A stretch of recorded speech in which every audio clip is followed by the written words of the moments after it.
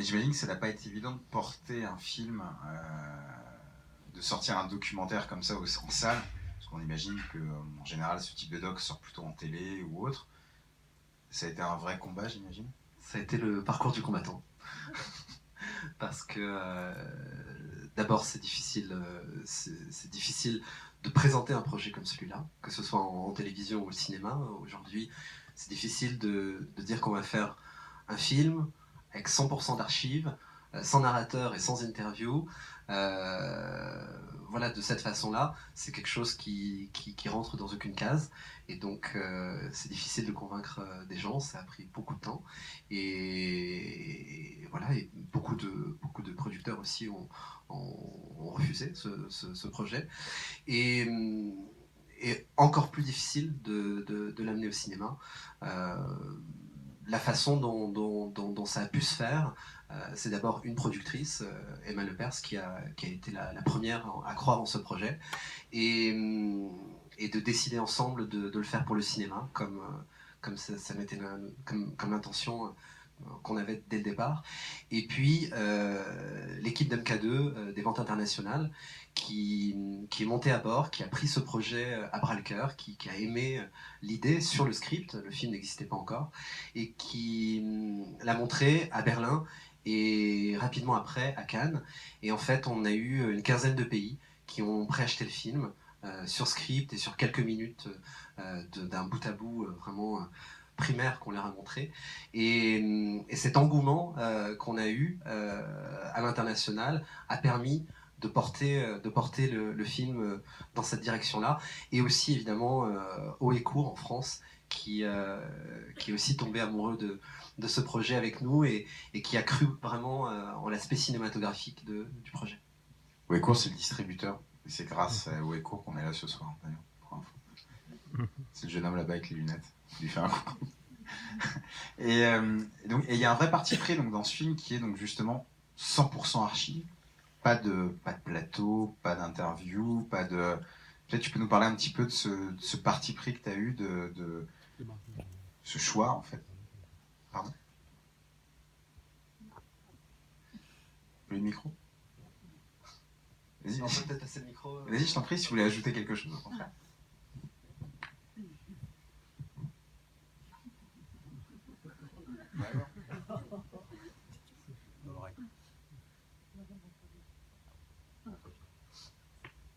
Je suis vraiment là pour répondre à vos questions, si vous en avez, avec grand plaisir. Bonsoir et merci. Alors, vous dites que, j'ai vraiment aimé le point de vue, la manière dont c'était tourné et le fait d'essayer d'aborder comme ça le personnage de Maria Callas. Et justement, vous dites que vous essayez d'avoir accès en quelque sorte à Maria tout autant que Callas. Mais comment vous avez fait? Parce que vous avez eu accès à des lettres, j'ai l'impression, celles qui sont dites ou, lues par Fanny Ardant. Est-ce que ces lettres ont été publiées? Est-ce qu'elles avaient vocation à être publiées ou non? Et après, est-ce que... Donc là, on voit uniquement les propos de Maria et de Callas en même temps. On n'arrive pas trop à savoir, même si je pense que c'est quand même plutôt Callas.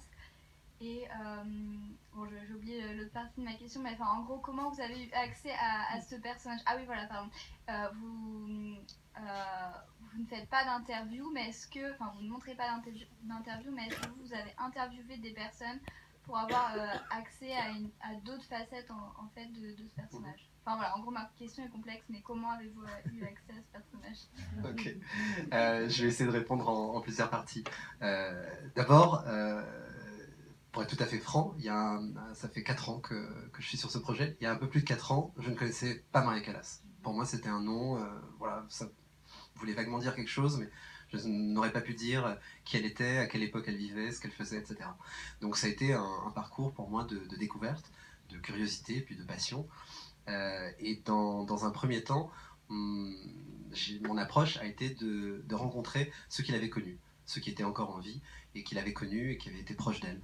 Et donc je suis allé aux 4 coins du monde pour les retrouver, les rencontrer, les interviewer. Et en fait, initialement, j'avais filmé des entretiens avec eux et j'avais construit le projet autour de ces entretiens filmés. J'ai d'ailleurs encore les 40 heures de rush que j'ai filmées pendant 1 an et demi. Et au cours de toutes ces rencontres, qui ont été très fortes à chaque fois, parce que d'abord c'était toujours un à un. J'étais seul avec une caméra, j'étais pas en équipe. J'avais pas de producteur autour de moi, je faisais cavalier seul. Et donc c'était des rencontres humaines très fortes. Ce sont toutes des personnes évidemment qui ont aujourd'hui 80, 85, 90 ans. Donc il y avait une volonté de transmission de leur part qui était forte et que j'ai ressenti aussi. Et ces entretiens et ces rencontres se sont accompagnés de moments où les personnes ouvraient leur tiroir, leur cave, leur grenier, en sortant des archives, parfois des photos, parfois des bandes magnétiques, des enregistrements, des Super 8. Et en fait, au fur et à mesure de ce parcours que j'ai fait pendant un an et demi, 2 ans, j'ai récolté toute cette matière, et le film est en fait construit en très très grande partie à partir des documents qui m'ont été confiés par les proches de Maria Callas, dont par exemple les lettres. La plupart de ce que vous voyez dans le film, de manière générale, est inédit, une très très grande partie. Pas la totalité, mais une très grande partie. Et les lettres, par exemple, sont des lettres qui n'avaient jamais été ni publiées, ni qui étaient connues, parce que c'était des lettres qui étaient adressées, très, très personnelles. Et donc voilà, c'est à partir de cette matière qu'ensuite j'ai travaillé, et j'ai décidé, à un moment donné, j'ai réalisé que j'avais suffisamment de matière pour faire quelque chose qui était un plus grand challenge, mais qui pouvait, selon moi, avoir un impact plus fort, qui était de faire Maria Callas par elle-même, de créer ce moment d'intimité, d'immersion, quelque chose qui n'avait jamais été fait, parce qu'il y a pas mal de choses qui ont été faites sur Callas. Et donc j'ai décidé de mettre de côté tous les entretiens que j'ai filmés et de me focaliser sur la matière qui était de ses propres paroles.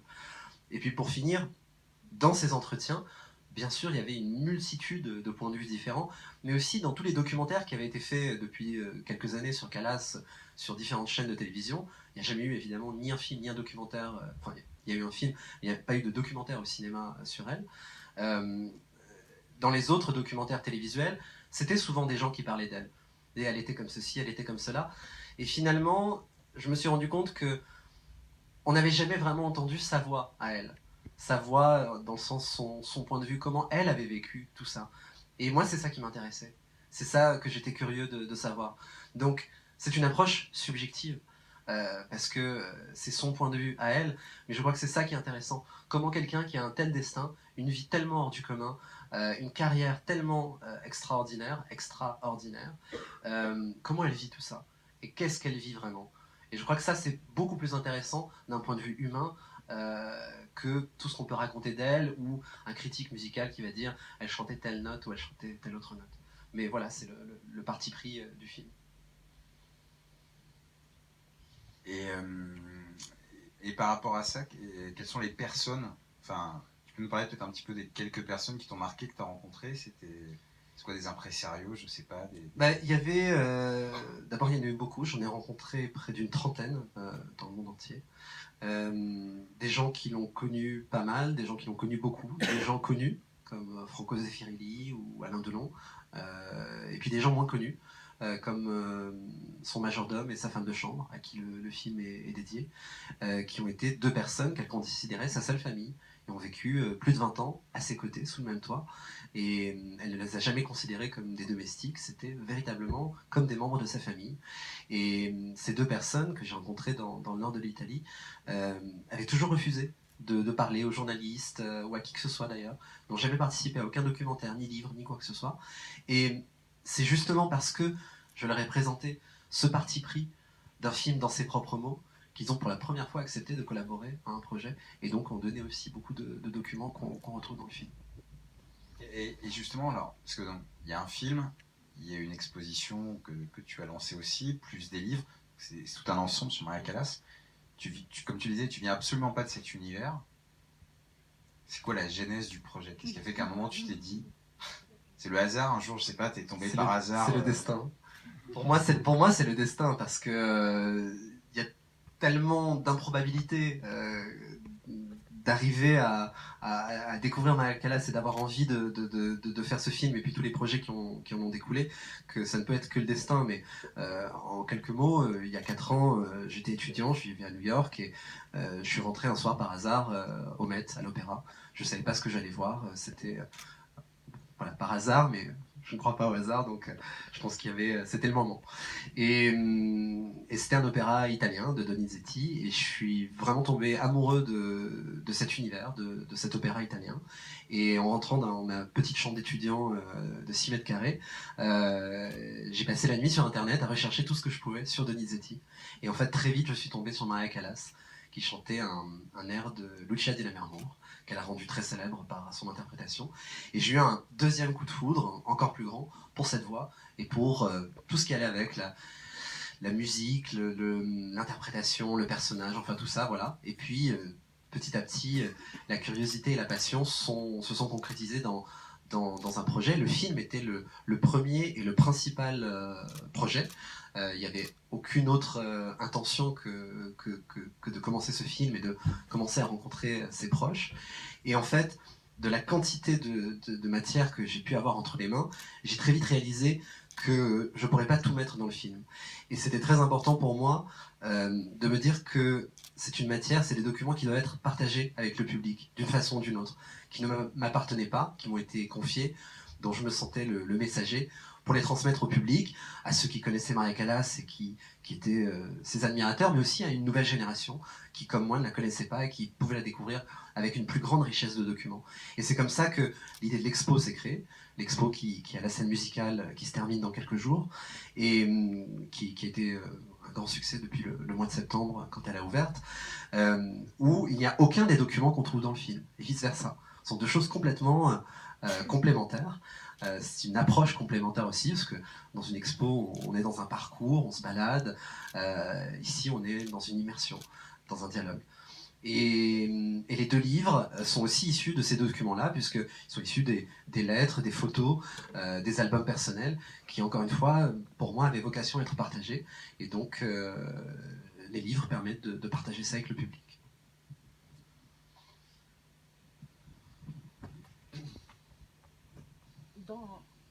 J'ai pas vu l'expo, bien sûr, mais dans les documents, est-ce que vous avez des opéras entiers, complets d'elle, chantés par elle? Est-ce que ça existe? Des enregistrements? Oui, des enregistrements vocaux. Oui, il y en a beaucoup, et surtout, il y a beaucoup d'enregistrements pirates qui sont extraordinaires, parce que c'est des gens qui venaient à l'époque, littéralement, alors il n'y avait pas ni cassette, ni de MP3, ni d'iPhone, c'était des énormes enregistreurs de bandes magnétiques, et alors ils apportaient ça sous le manteau, les bandes duraient 45 minutes, et ils venaient toujours à 2 et 3, et au milieu d'un acte, au moins ils devaient changer la bande, l'un toussait pour cacher le bruit du changement de la bande magnétique. Et grâce à ces admirateurs de l'époque, on a aujourd'hui un héritage incroyable de témoignages, d'enregistrements dits pirates, qui sont en fait des enregistrements de Callas sur scène, qui sont les plus grands témoignages de ces opéras. Vous en avez quelques petits extraits dans le film, et dans les expos, on peut les écouter presque en intégralité.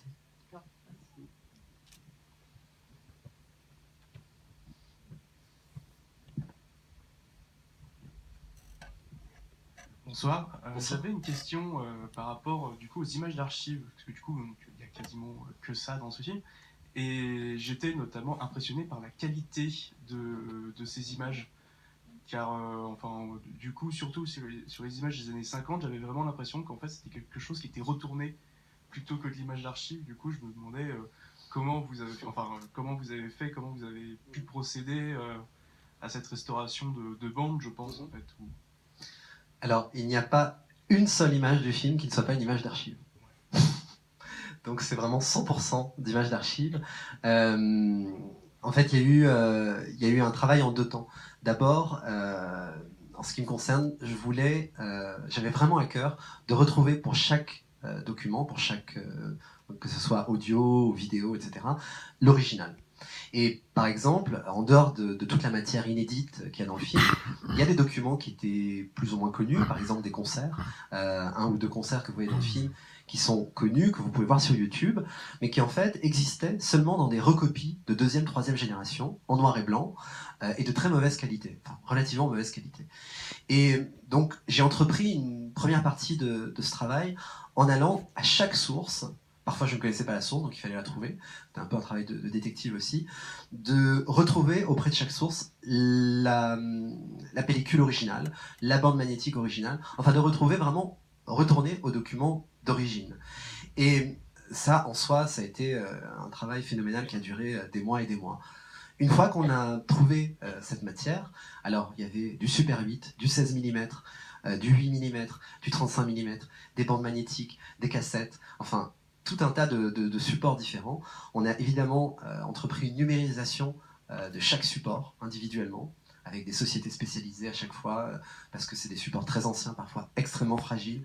Les pellicules, parfois, qu'on a retrouvées dans des états de délabrement parce qu'elles avaient été laissées dans des greniers, dans les humidités des institutions, ou des collections privées, ou des archives télévisées qui les gardaient.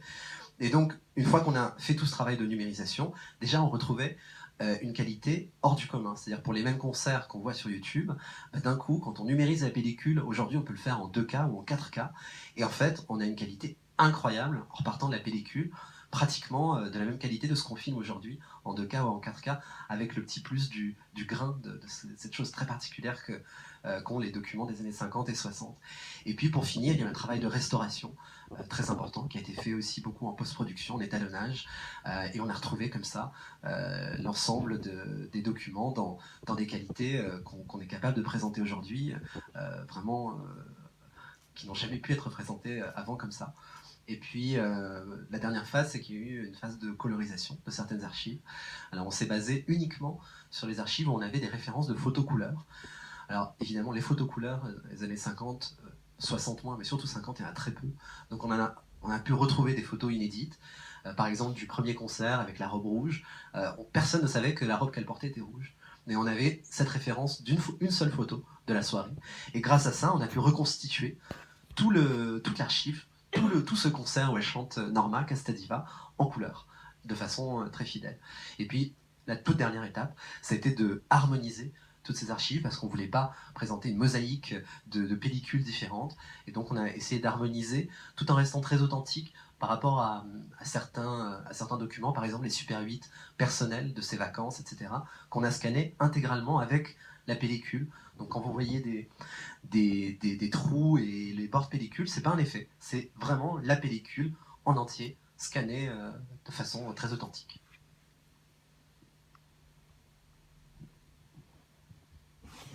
Bonsoir, bravo pour votre travail déjà. Merci. Et je me posais une question justement par rapport aux lettres. Si vous n'êtes pas peut-être posé plusieurs questions avant d'exposer le jardin privé de Maria Callas. Peut-être quelques questions éthiques, ça peut peut-être se... Ouais, voilà. Oui, bien sûr, j'ai eu cette idée depuis le début, cette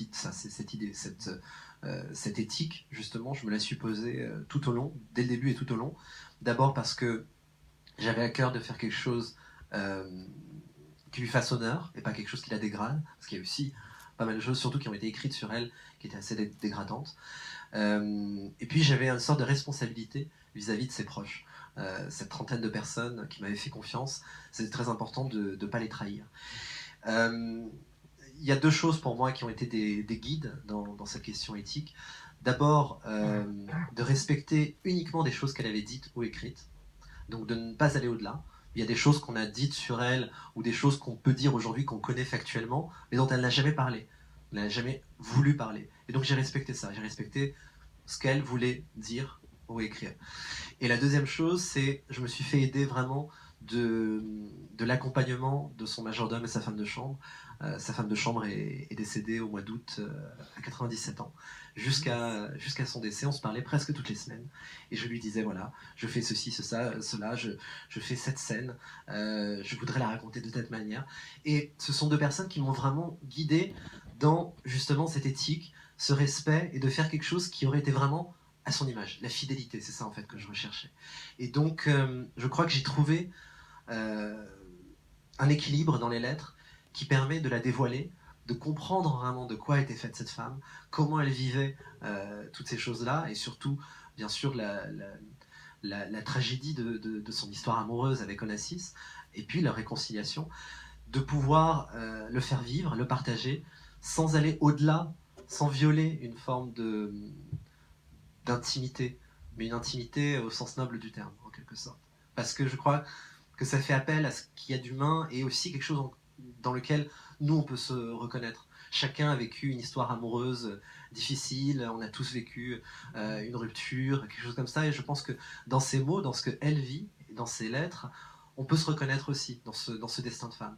Donc voilà, c'est comme ça que j'ai abordé la question. Merci. Merci.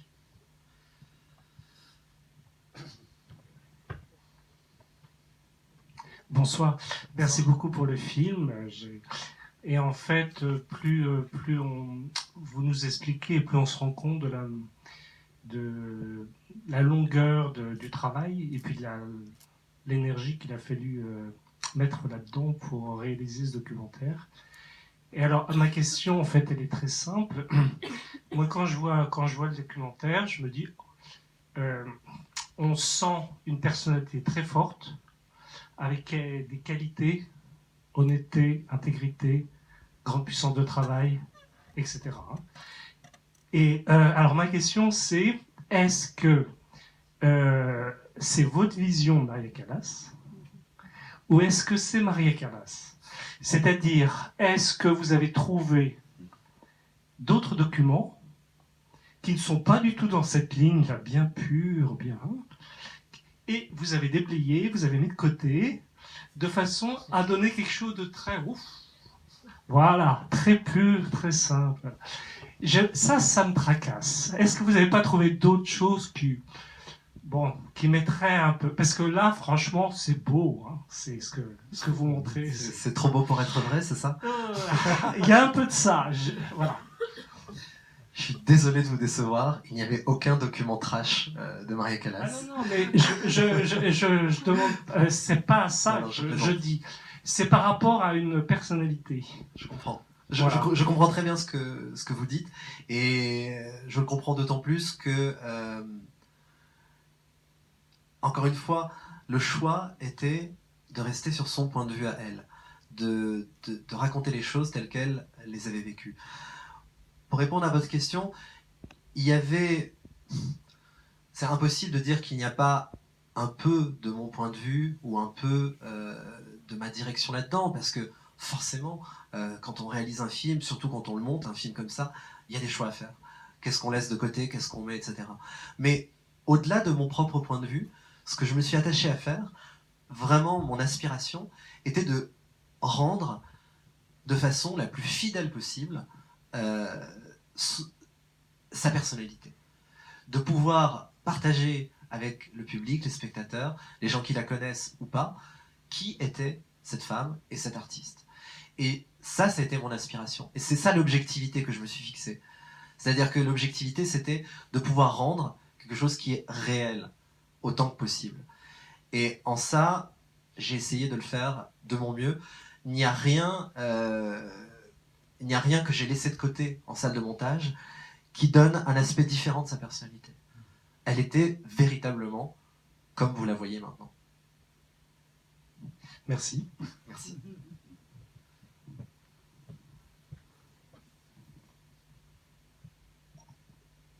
Merci pour votre très belle œuvre. Je me posais une question concernant la voix de Fanny Ardant. Est-ce que vous avez hésité? Est-ce que ça s'est imposé à vous? Comment ça s'est fait? Ça s'est pratiquement imposé à moi. Pour plusieurs raisons. D'abord parce que Fanny Ardant avait déjà interprété 2 fois Maria Callas. Une fois au théâtre, il y a une vingtaine d'années, et une autre fois au cinéma, dans un film de fiction, en tout cas majoritairement de fiction, avec quelques idées basées sur des réalités hypothétiques, mais bon, un vrai film de fiction. Et ayant interprété déjà 2 fois Maria Callas, je savais qu'elle avait un lien, et puis elle avait approché deux formes différentes, le théâtre, le cinéma. Elle avait approché ce personnage et en fait j'avais assisté une fois à une masterclass de Fanny Ardant et ça m'avait frappé quand on lui avait posé la question comment vous vous êtes préparé pour le rôle de Maria Callas, est-ce que vous avez écouté tous ses opéras, est-ce que vous avez regardé toutes ses interviews, etc. Et elle a dit non. J'ai écouté ses enregistrements et je l'ai écouté respirer. Respirer entre les phrases chantées. Et j'ai trouvé que c'était une approche tellement intelligente, instinctive, viscérale à un personnage, d'écouter la manière dont elle respirait pour trouver le ton, pour trouver le rythme, pour trouver l'âme, en quelque sorte, de cette voix, que ça m'était resté. À l'époque où j'avais assisté à cette masterclass, j'étais très loin de l'idée de faire un film sur Callas. C'était 2 ans avant. Et ça m'est resté, en fait. Et donc, au début, je pensais pas, dans le film, avoir de voix additionnelle. Pour moi, c'était la voix de Callas du début à la fin. Et c'est en découvrant toutes ces lettres, j'en ai découvert plus de 400, que je me suis dit qu'il était indispensable que ces lettres existent au sein du film, parce que c'était vraiment la partie la plus personnelle de Maria, qui existait à travers ces lettres. Et donc, il fallait que ces lettres existent dans le film. Et là, très naturellement, c'est Fanny Ardant à qui j'ai pensé. Et ma première pensée, ça a été de me dire, mais elle voudra jamais, elle a déjà fait 2 fois Callas, elle voudra jamais le faire une 3e fois. Et effectivement, ça n'a pas été évident au départ.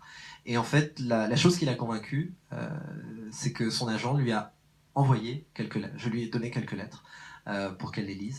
Et en lisant les lettres, elle a dit oui. Et je crois qu'en fait, c'est intéressant parce que finalement, elle a interprété 2 fois une Callas de fiction, même si c'était basé sur un personnage et quelques faits réels. Et c'est la première fois, elle interprète la Callas authentique avec exactement les mots qu'elle a écrits. Et donc voilà, ça boucle quelque chose.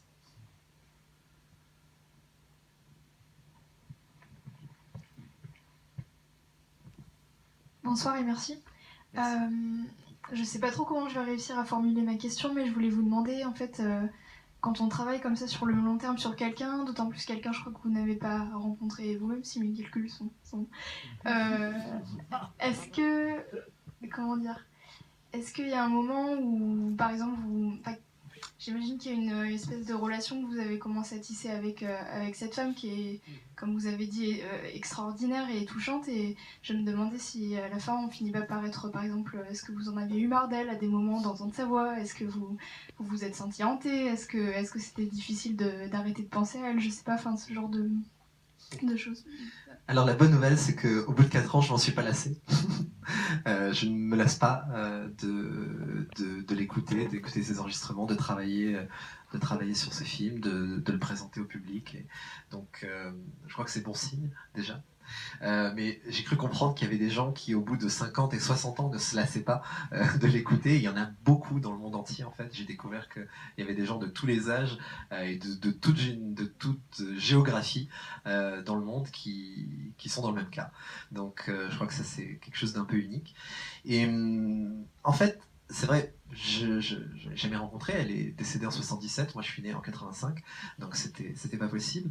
Mais j'ai eu l'impression de la rencontrer, d'une certaine manière. Parce que quand on travaille pendant 4 ans, et surtout pendant 6 mois de montage, jour et nuit, 7 jours sur 7, avec quelqu'un, j'étais avec ma monteuse, puis j'étais avec Maria Callas, à visionner des heures et des heures, des centaines d'heures de rush, forcément, on apprend des choses sur la personne, au-delà de ce qui est dit, au-delà du travail en lui-même. Et j'ai vraiment eu l'impression, en 4 ans, d'apprendre à connaître quelqu'un, de découvrir quelqu'un de différent de ce que j'avais lu sur elle au départ, de ce qu'on m'avait dit sur elle au départ. Mais je crois, au-delà de ça, ce que j'ai essayé, je me suis efforcé d'offrir aux spectateurs, au public, à vous, c'est de pouvoir passer 1h50 avec Maria Callas et d'avoir l'impression de la connaître un peu, d'avoir passé un moment avec quelqu'un, comme vous allez boire un café avec quelqu'un que vous ne connaissez pas, et au bout d'1h50, vous connaissez un peu cette personne. Et vous avez l'impression, en tout cas, d'avoir appris des choses sur elle et d'avoir l'impression de la connaître ou de commencer à la connaître. Et ça, c'était le but de ce film.